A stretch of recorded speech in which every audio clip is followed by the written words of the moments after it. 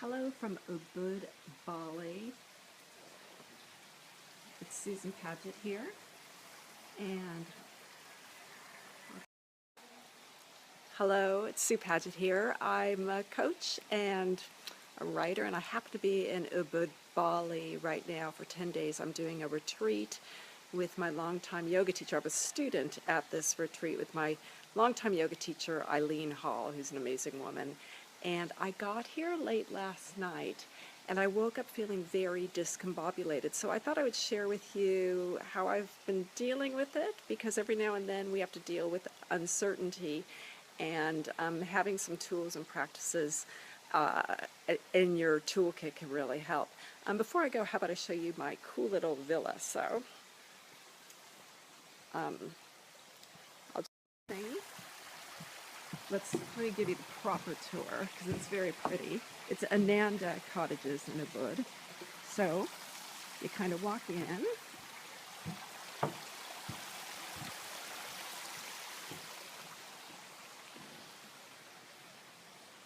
and then this is my little area.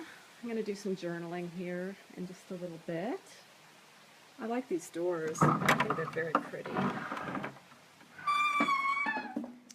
And this is my room. I'm going to just I'll leave the doors open a little bit. It's my room. I love these mosquito net beds. They're so good. It's a little bit dark. Got a candle going. This is my bathroom. Got an outside shower. Really beautiful. Great, so I arrived here. Let me just flip it over now. Great. So I arrived here late last night.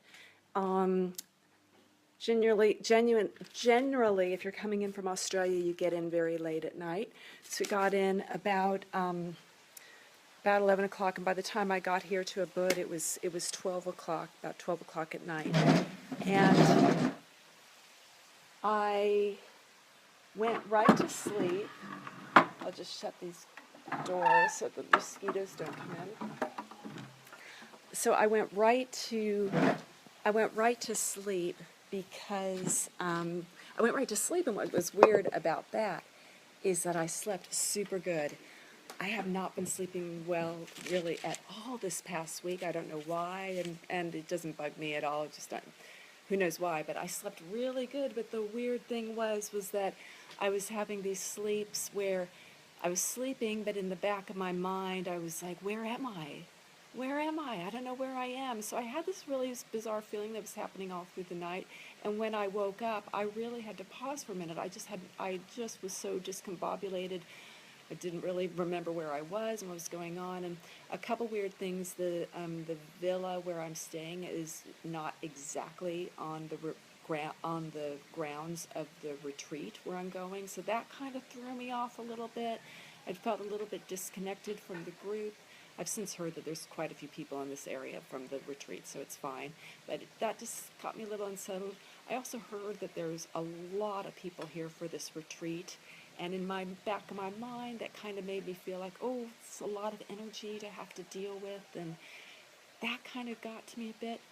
So it's okay. So I woke up, kind of figured out where I was, and just got sorted. And then I went to check the Wi-Fi. It's Father's Day in Australia, and I wanted to wish Dale, my husband, a happy Father's Day.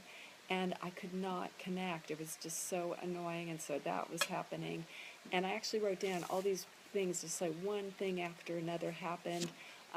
I knew I kind of slept in longer than I did. I had this weird feeling inside me.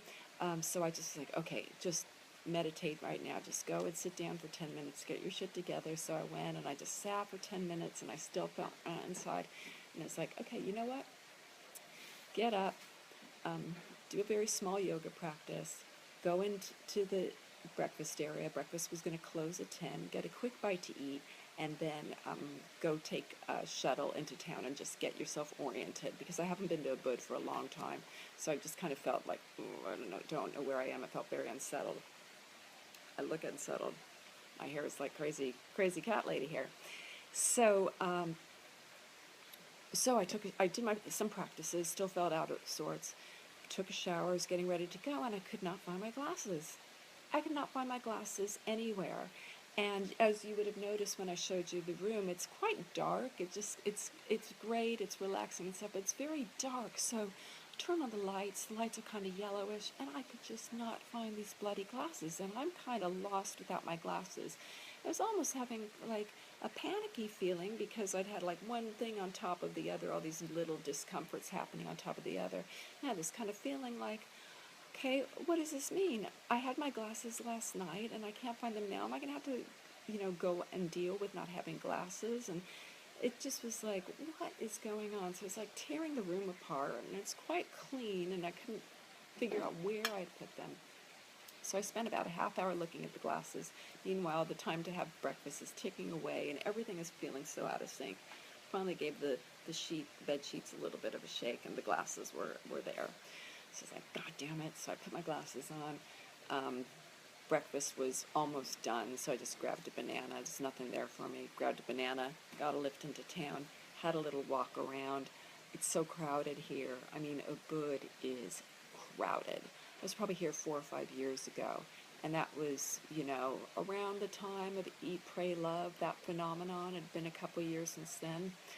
But it's so full on. It was like, wow, it was crazy. And one thing I kept on hearing from some of the locals that I've been talking to since I got here was just like how crowded it is and how much traffic there is and just full on. So I was just really mainly just trying to find a place just to sit down and have a cup of coffee and just process, just be in a good mood because, geez, I'm here on retreat. I have nothing really to do except just relax and be into it. And why am I feeling all these feelings? And I just couldn't find the right place or anything, and I didn't feel like buying anything. I don't need anything. All these tourists buying. So I was just kind of just decided to walk back to the hotel, and I saw my yoga teacher, Eileen Hall, and I just said, hey, where can a girl get a cup of coffee around here? She comes here all the time. And she reminded me of this place that I used to like. It was still there, so I just went there. I sat down. There was no people there. I was like, okay, this is your moment. You're going to get some Wi-Fi. You're going to call Dale, wish him a happy Father's Day. You're going to chill out. You're going to get yourself together. You're going to do a little bit of journaling and stuff like that. So I get the Wi-Fi, call Dale. Good. Coffee comes. Okay. Relaxing, starting to chill out a little bit. And then I go into my bag to get my journal and forgot my journal. So it's like, Jesus Christ, what's going on here? So I wrote down in my phone, I just kind of journaled in there, just kind of the list of things. And why do you sometimes wake up where you feel uncertain or you feel ungrounded? And I think for me, yesterday I actually had a really extraordinary day where I had all these little miracles happen, all these really cool things lined up for me as I was making my way from the very start of the morning till I was on the plane. One cool thing happened after another for me. It was a little different than a normal day because it was so good, and maybe in a weird hippie way, this next day where it's kind of where it's kind of uncertain and I feel ungrounded rather than boom, I'm ready to go on a retreat. I think maybe it's like a recalibration where just a little bit of a balance is happening because yesterday was so cool and so special that today is just kind of like, a little off. So things need to come into the balance. I wanted to tell you 3 things that I have done, and I'm not complete yet in feeling back to normal. And the retreat starts tomorrow, so it just gives me a little time to kind of get myself together, because one thing that's really important when you are feeling uncertain and out of sorts and ungrounded is you have to be very careful for 2 things. One, you have to be careful in the decision making that you do. You can make, if you're not feeling right in yourself, saying yes to something that you really should say no to can happen. I noticed when I was in Ubud and I ran into a few of my friends that are going to be on the retreat, and at first I was kind of walking with them and I could have kept on going with them, and I was just like, wait, I don't need other people's energy right now. I really need to take care of myself because, and this is the second thing I want to get to, when you're feeling uncertain and you're feeling ungrounded, If you are, um, if you're feeling that way, chances are you're going to spread that energy to someone else. The last thing the people that have paid a lot of money to come to Bali want to hear is some other person telling them how ungrounded she feels and how she feels discombobulated. That's just like not a bad, that's a bad vibe to put on someone. So I really wanted to get away from people, and so I could sort myself out so I didn't spread bad vibes or get anyone else discombobulated either. So there's three things, and I wrote them down because I was just feeling a little bit like I couldn't remember them off the top of my head. Three things that to me that I've been clinging to today so I can kind of recalibrate my energy and get things back together. And the first thing is you must have practices to cling to. Now, a lot of us might have practices like maybe you do yoga, but the thing is, if you go outside to do yoga to another school or do a class or whatever, what happens on the days when you can't leave home? How do you do it? So fortunately, for me, my yoga, I do mostly my yoga practice at home. So I'm able to just roll out the mat, do my practice. That helps. I'm able to do silent sitting. That helps me so much. That is like the first point of protocol when I am, well, that's how my day always starts out. So that is just a perfect practice.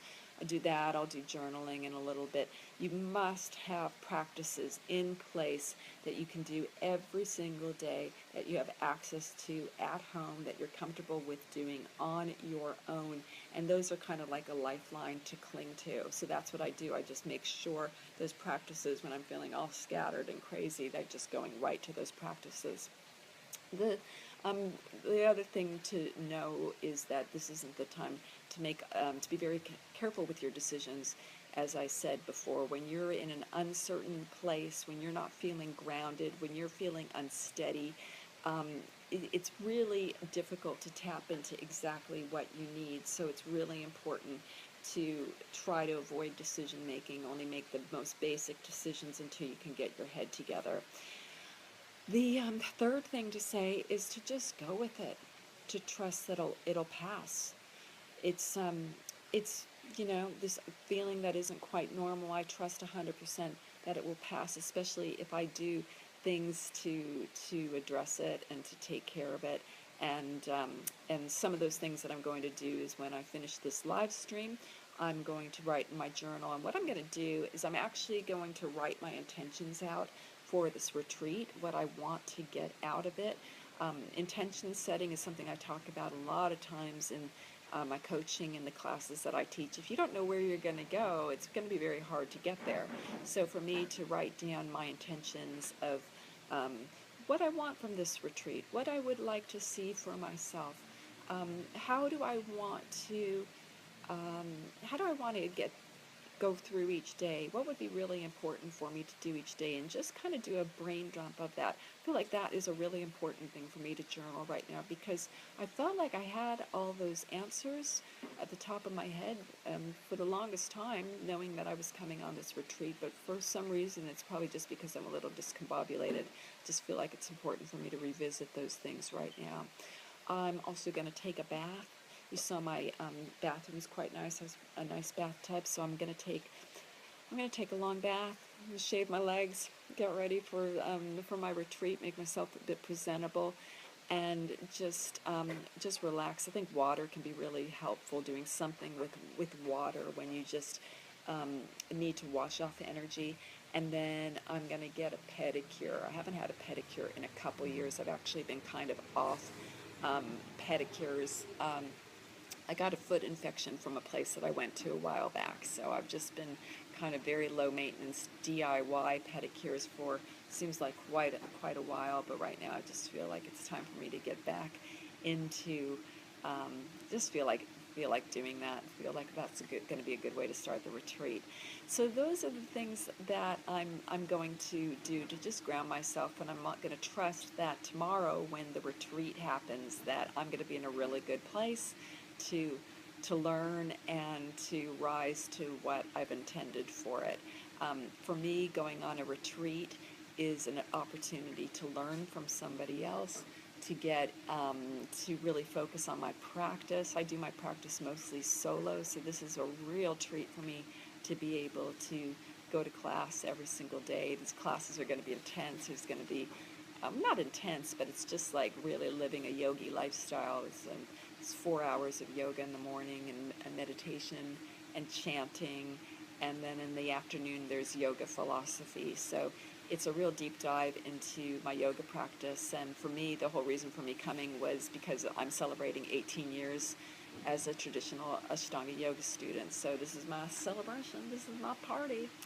So I want to be in a good mood for it, or be in the right mood, be myself for tomorrow. So using, starting to rain, using these next few hours to get myself together is going to be really good. So I hope that gives you some ideas of how for yourself to deal with uncertainty. Cling to your practices. That's like one of the most helpful thing. Make sure you do your practices. Just go with it. Trust that it'll pass, and also be very careful with your decision making. That is, those are the three things that really came to me. I'll be doing, I'm hoping to be doing quite a few live streams over the next 10 or so days that I'm here in Bali, just sharing lessons that come to me not necessarily for teaching, but just passing on things that I learn to you. So if you have a few minutes to sit and chill out and have a listen, I'd love you to join me. All right, thank you so much. Let me finish off with just the view that I've got right now. It's very peaceful and beautiful.